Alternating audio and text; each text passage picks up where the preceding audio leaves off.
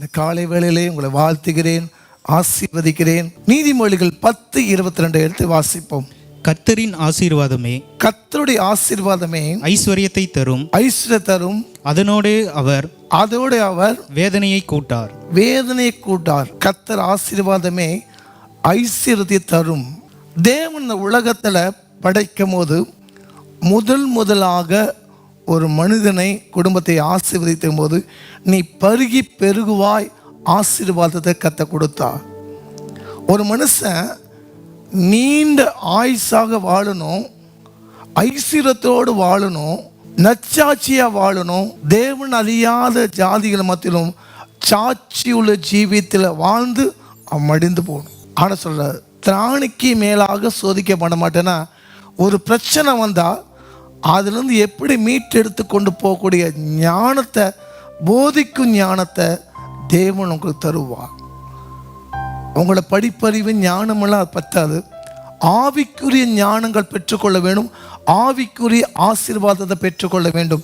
ஒரு மனிதனுடைய சராசரியாக 3 ஆசீர்வாதத்தை நான் ஒவ்வொரு குடும்பத்தையும் நான் ஆசீர்வதிப்பேன். முதல் ஆசீர்வாதம் உலக ஆசீர்வாதம். அப்படின்னு நான் கேட்குறீங்களா? வீடு, வாசல், பிள்ளைகள் எல்லாருடையும் ஆசீர்வதிக்கணும்.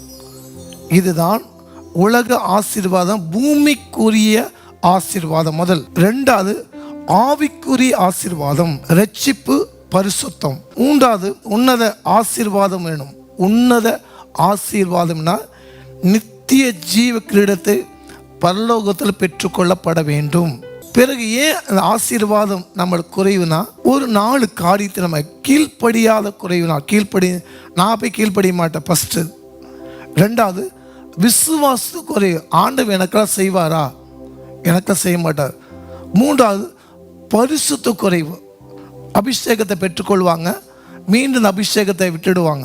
4வது கொடுப்பதில் குறையக்கூடாது. ஏழைக்கிறவங்க கர்த்தருக்கு கடன் கொடுக்குறான். வேத வசந்தபடி கீழ்ப்படிந்து நச்சாட்சியா வாழுகிறவன். சங்கீதம் 128:1-2 எடுத்து வாசிங்க. கர்த்தருக்கு பயந்து அவர் வழிகளில் நடக்கிறவன் எவனோ அவன் பாக்கியவான். உன் கையின் பிரயாசத்தை நீ சாப்பிடுவாய். உனக்கு பாக்கியமும் நன்மையும் உண்டாயிருக்கும். அல்லேலூயா. இதுதான் கர்த்தருடைய ஆசீர்வாதமே. ஐஸ்வர்யத்தோட வேதனையை கூட்டார் என்று நான் பார்த்தோம். முதல் நீதிமானுடைய சிரசின் மேல் ஆசீர்வாதம் தங்கும். கர்த்தருக்கு பயந்து அவருடைய கட்டளை கீழ்ப்படுகிறதா நீதிமான். துன்மார்கள் அறுப்புண்டு போவார்கள். நீதிமானோ 7 தடவை விழுந்தான் எதிர்ப்பான். நீதிமான் கூப்பிடும் போது கர்த்தர் அவன் இன்று அவர் தேவை சந்திப்பாராமா. நீதிமொழிகள் 10:6 வாசிங்க. நீதிமானுடைய சிரசின் மேல் ஆசீர்வாதங்கள் தங்கும். கொடுமையோ துன்மார்க்கனுடைய வாயை அடைக்கும். 2வது கருணை கண்ணனை ஆசீர்வதிப்பார். நீதிமொழிகள் 22:9 வாசிங்க.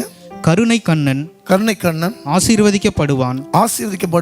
அவன் தன்னுடைய ஆகாரத்தை தரித்திரனுக்கு கொடுக்கிறான். பாத்தீங்களா? ஏழைக்கு இறங்குமா கர்த்தருக்கு கடன் கொடுக்கிறான். நீதிமொழிகள் 21:13 வாசிங்க. ஏழையின் கூக்குரலுக்கு தன் செவியை அடைத்துக் கொள்ளுகிறவன் தானும் சத்தமிட்டு கூப்பிடும் போது கேட்கப்பட மாட்டான். இன்னைக்கு கர்த்தருடைய தேவச்சனமே, கருணை கண்ணாக ஏழைகளுக்கு, தர்மமேந்தி பிழைக்கிறவர்களுக்கு, திக்கற்ற பிள்ளைகளுக்கு, விதவிகளுக்கு நீங்க உதவி செய்யும் போது நீங்க யாருக்கு கடன் கொடுக்கீங்களாமா? ஏசாமிக்கு கடன் கொடுக்குறீங்க. ஏழைக்கு இருக்கவன் அவருக்கு கடன் கொடுக்குறான் வீரம் சொல்லுகிறது. இன்றைக்கு நீங்கள் கனி கொடுக்கிற மரமாக இருந்து நீங்கள் ஆசீர்வதிங்க. ஏழைகளை விசாரிங்க. திக்கற்ற பிள்ளைகளுக்கும், விதவிகளுக்கும், அதே போல் ஊழியர்காரர்களுக்கும் நீங்கள் கனப்படுத்துங்க. அதுக்குண்டான கனத்தை தேவன் பரத்திருந்த ஒத்தாசை அனுப்புவார். ஆண்டவரே, கர்த்தருடைய ஆசீர்வாதமே ஐஸ்வர்யத்தோட வேதனையை கூட்டார். கர்த்தருடைய ஆசீர்வாதம் எப்படிலாம் இருக்கணும்? 3 விதமான ஆசீர்வாதத்தை பார்த்தப்பா. என் பிள்ளைகள் இதை வைக்க பெற்றுக்கொள்ளாமல் இருந்தால் ஆவிக்குரிய உன்னதக்கூடிய ஆசீர்வாதத்தில் அந்த ஜீவ கிரீடத்தை பெற்றுக்கொள்ள முடியாது நாங்கள் ஜெபிக்கிறப்பா. ஆண்டவரே, சோதனை சகிக்கிற மனுஷன் பாக்கியவான் என்று வேதம் சொல்லிக்கத்தாவே. ஆமாண்டவரே, உலகம் கொடுக்க முடியாத சமாதானத்தை நான் உங்களை வைத்திருக்கேன் நீங்கள் சொன்னீங்கப்பா. இன்னைக்கு யாரெல்லாம் ஆண்டவரே ஆண்டு வழி தப்பி போனாங்களோ அவங்கள மீட்டெடுத்து கர்த்தருடைய ஆசீர்வாதத்தை அவங்க பெற்றுக்கொள்ளும்படியாக நாங்கள் ஜெபிக்கிறோம். ஆசீர்வதிங்க இயேசுவின் நாமத்தில் நல்ல பிதாவே, ஆமென். நிச்சயமாக பார்த்துக்கொண்டு கர்த்தர் தேவ ஜனமே, கர்த்தர் உங்களை ஆசீர்வாதம் பெருக பண்ணுவார். ஆமென். God bless you.